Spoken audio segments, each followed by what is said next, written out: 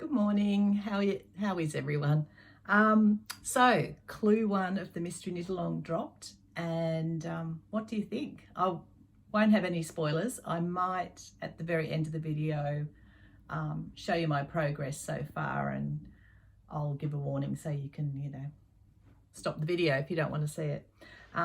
Yeah, so typical Stephen West, he did not disappoint, and yeah, I'm quite excited. I like where it's headed so far with clue 1, but it's early days, so we'll see how we go. Anyway, I did say I would talk about some of my works in progress. So I thought I'd just start with this basket, which is quite big, so it's actually got a couple of large projects in it. I'm wearing a ranunculus. I'm sure everyone recognised that. This is my second one. This is knit from a cotton blend. I can't think what it's called, but it's one of the Morris & Sons sort of house brands. My other ranunculus is a Quince & Co. Kestrel in a really, I think it's ash is the colourway, really dark grey. But these are great, perfect for our climate here, and I'm sure there'll be more. Anyway, the first thing out of this basket is a dress that I knit for, was Vogue Knitting Live had a competition in 2019 in conjunction with Rowan Kids Silk Haze. And the idea was to knit something using the Kids Silk Haze, and it was a worldwide competition. And you can actually, there's a photo of me wearing the dress. That was one of the photos that I sent in as my competition entry. Anyway, I was selected as a finalist. I think there were 12 of us. A lot from the US, but then a couple from other countries were also selected. And I was fortunate enough to be able to go to VKL in January 2020 to see my dress on the runway. But I was never quite happy with the dress. I was rushing to get it finished. I designed it and knit it in like 6 weeks. And when I did the skirt you can see is quite full, but it has lace triangular godettes inserted into it to make it fuller, and then has a applied lace border. I didn't want to spend time counting rows, so I just eyeballed it, and it was a bit lopsided, which unfortunately didn't show up till the end, but it was too late to do anything about it. But what I've done in the meantime is I actually cut the bottom of the skirt off. I've got some video of that on my Instagram if you wanted to check that out. I'm over there as Yarn About Yarn. I'm Yarn About Yarn just about everywhere. Anyway, I cut the skirt off. It was sort of ankle length, and I cut it off to about knee length. I've picked up the stitches around the bottom of the skirt, and I'm adding a double ruffle. So this is the dress, V-neck. It has some embroidery on the bodice with some beading, sort of 3/4 length sleeves with a double ruffle, and that's the ruffle that I'm putting on the bottom of the skirt. So it's sort of like a fade, and I've done the first ruffle and I'm just doing the second ruffle. So it will be sort of just below my knees, and I'm hoping that it might be a bit more wearable, but it will also not be lopsided anymore.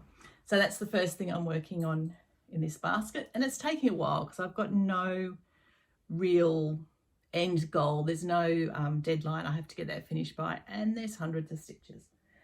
The other thing that's in this basket is also another long-term project. It is what's it called? It's the Cozy Comfort Throw. I've got a feeling it was by Molly from Homespun House. It's a paid for pattern, which is fine, but others have also made the comment that as a paid for pattern, I don't know if you're getting value for money. It's pretty basic, but anyway. So what I'm using is an advent calendar which could be a Rosehip Island Advent calendar from 2020, maybe. I'm not sure, I can't remember. And I'm holding the yarns double with these cones of undyed sock yarn that I got from Nundle Woolen Mill. So that's just a fingering weight, undyed. And then I wound all the Advent minis in order, and I've just magic knotted them together, and I've got labels on them to tell me. So that's the 4th lot that I use.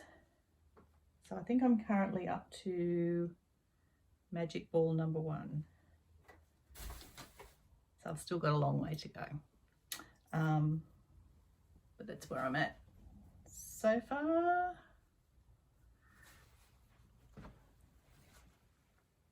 So I'm just holding the mini with the undyed, just to sort of blend it all together and to also make it a bit thicker. Fingering weight blankets just didn't have enough body in it for me, so this is making it up to about a DK weight. About 300 stitches, and it will have an I-cord all the way around. I'm sort of thinking I wish I'd done an I-cord cast on and I-cord edging as I went, but anyway, so that's where we're at with that.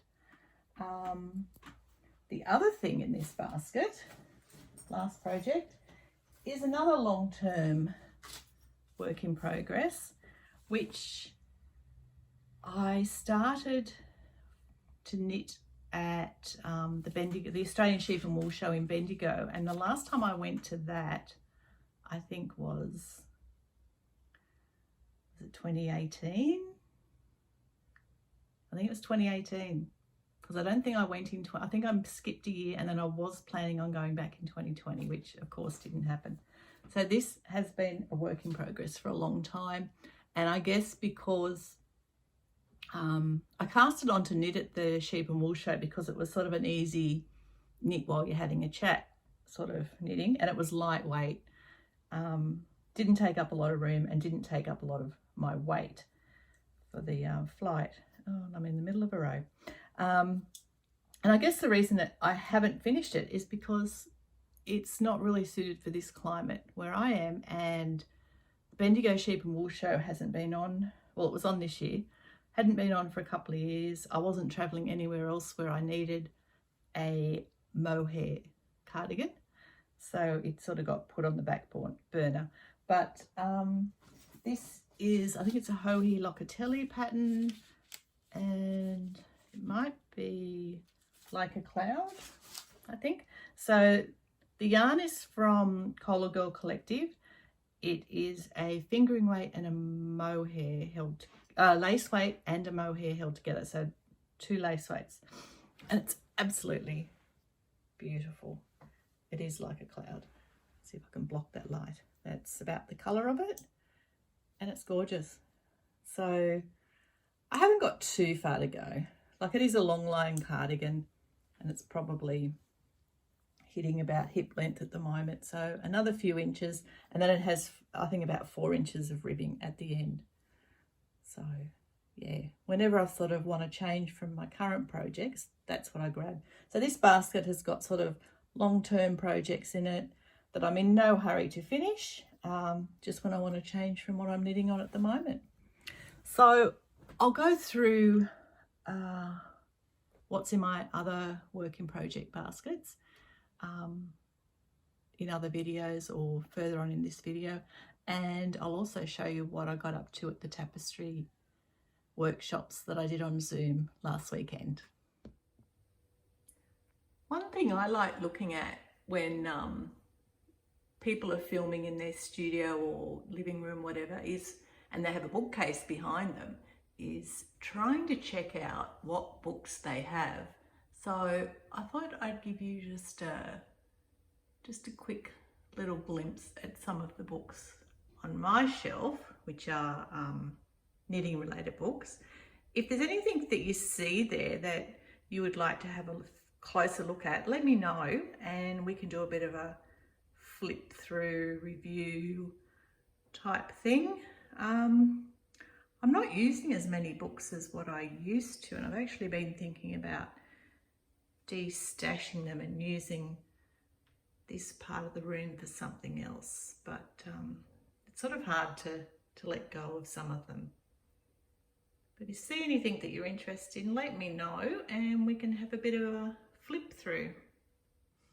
Okay, I did say I would show you where I'm at with the mystery knit along, West Knit's mystery knit along. So this will be the last bit of this video. If you don't want any spoilers, I'll have a chat to you next time. Otherwise, if you're open to seeing some spoilers, here goes. So I'm clue 1. I've probably done, I'm on my 4th repeat, I think. I could probably count them. Anyway, this is where we're at with clue 1. So I was actually quite pleased when I started this. I was a bit concerned about what was going to be happening, but Stephen did not let us down, and we've got this cool technique happening. When we first started making these gaps, I thought we might have been doing some interlocking cables through them somehow, because you know we do need a cable needle. That was in the list of requirements, but I have since read through the pattern and then looked at the video, and I know where this is going, and I think it's really cool. And there's a lot of knitting. It's going to take a while to get through the 14-15 repeats, but that's okay. And I'm looking forward to what's coming up in the rest of the knit along. See where this takes us. Okay, I'll chat to you next time. Bye.